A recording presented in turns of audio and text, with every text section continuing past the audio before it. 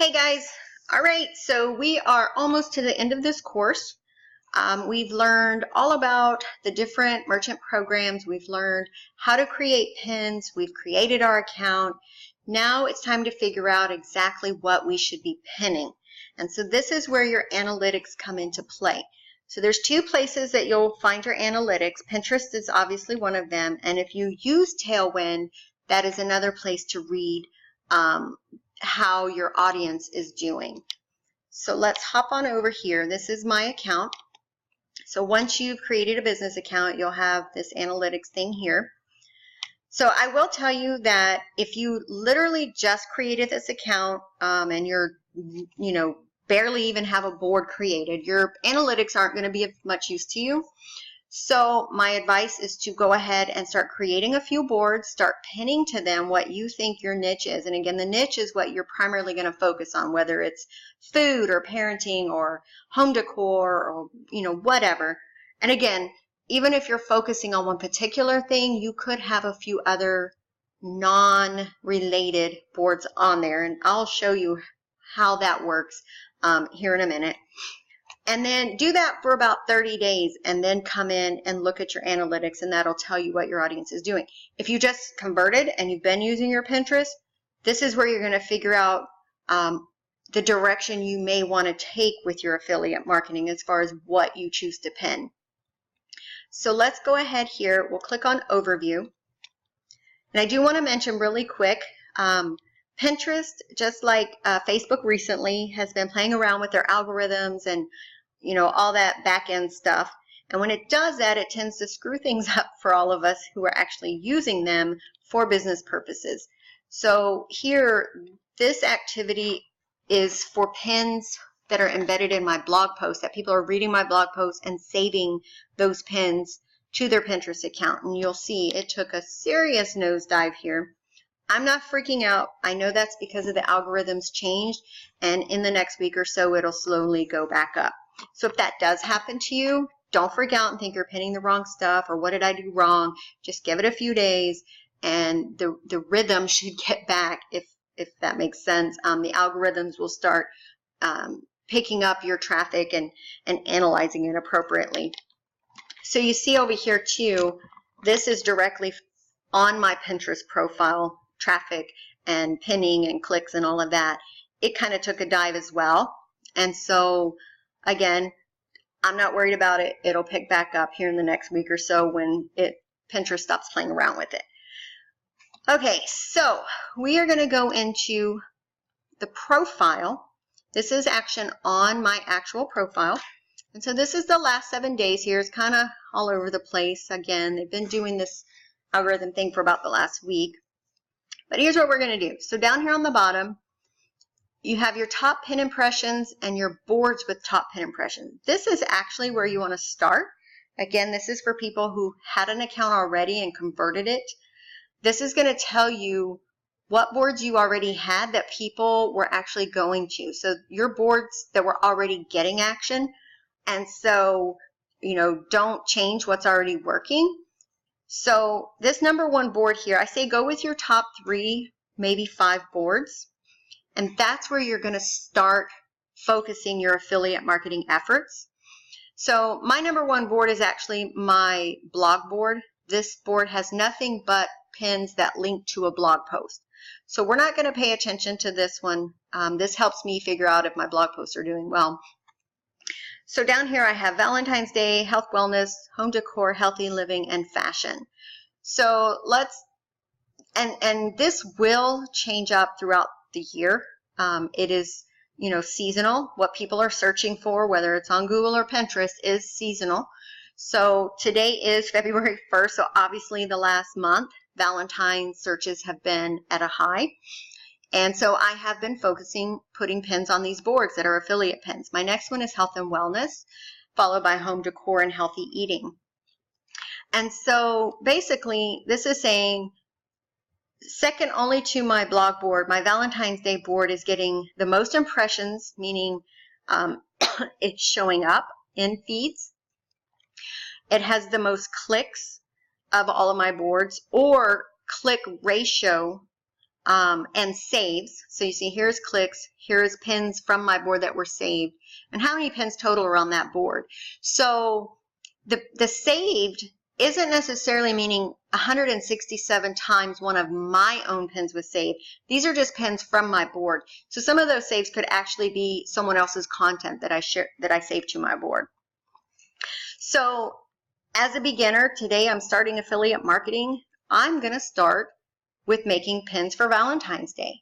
And those will be the first few pins that I started trying to find products for and creating and honing my style to pin to those boards. And then from there, add health and wellness and home decor. So if you recently converted and you were possibly thinking that you wanted your niche to be, let's say, crafts and DIY, well, it's kind of in the top 10, but maybe that's not the direction you should go. Maybe health, wellness, home decor, healthy eating, you know, health and wellness and healthy eating all kind of are related. So maybe that's going to have you rethink what you want your primary boards to be. So what's in your mind and what the analytics is telling you you should do can often be different things. You could go in there and start pinning stuff for parenting topics or for, let's see, blogging resources or whatever. But if that's not what your audience is into right now, then you'll get minimal action on that. All right, so that is basically how you figure out where to start. And again, this is for those who are literally, I've never done affiliate marketing for, what type of stuff should I start pinning today? Well, if this was your analytics, I would say go find some really cute Valentine's Day stuff and create a few pins for that, pin them to your Valentine's board, and do that for the next couple of days, followed by next week, start adding some to the health and wellness, home decor, whatever. Up here, the pin impressions, for affiliate marketing, I don't pay too much attention to this. This is more for me on my blogging to let me know how that's doing. So I won't really talk about that right now. So let's go back up here to people you reach. This is where it's going to tell you like who's visiting my page and saving my stuff. So as you can see, I have almost 600,000 monthly viewers to my pins. And the major hubs from LA, New York, Dallas, Chicago, Atlanta, more of them are female, most of them are English, and from the United States. But hey, check this out. It's kind of cool to know that there's almost 7,000 people from South Africa who are saving my pins. You know, I think that's pretty cool to know that, you know, people on the other side of the world are actually interested in what I'm pinning. So how does this help you? Let's say your niche was home decor, and so you had several boards for, you know, home decor, DIY for home, things like that. Knowing that the majority, let's say this said 35,000 and everything else was in the single digit thousands, like 6,000, whatever.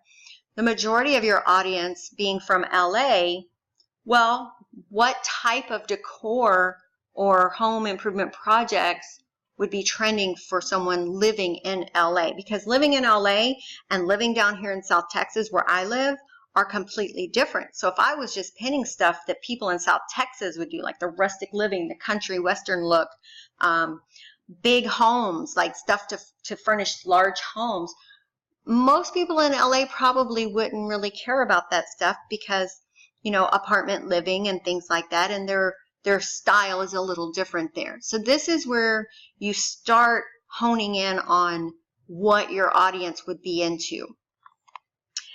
And so from here, that's your demographics, the who and where. Now, what are those who and where like? What are their interests?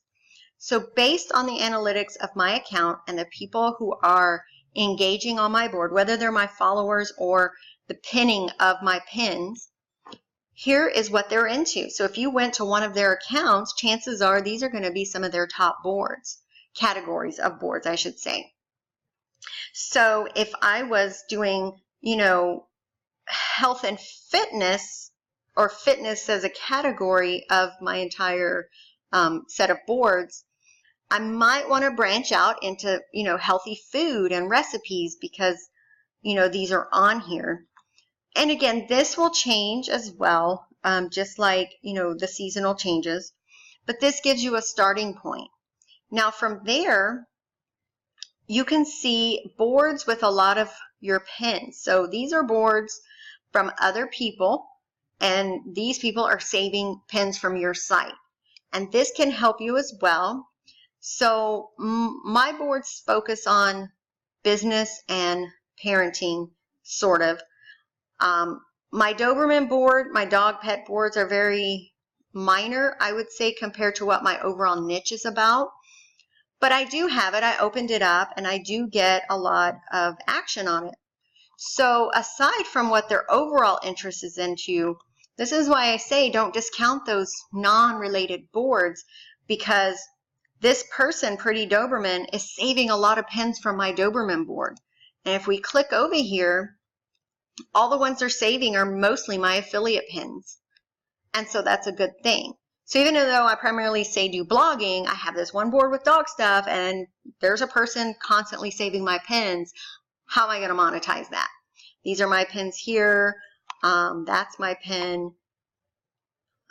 This scarf is my pin. So this person is like stalking my board, which is great. It'd be creepy if it wasn't, profitable. But so that's really how you're going to see what kind of stuff you should be creating pins for. All right, so last thing here, these are the businesses your audience tends to engage in. I've said this before, Etsy is the #1, for the most part, place that Pinterest users shop. So definitely find what you're pinning, find stuff in Etsy that you can promote for that.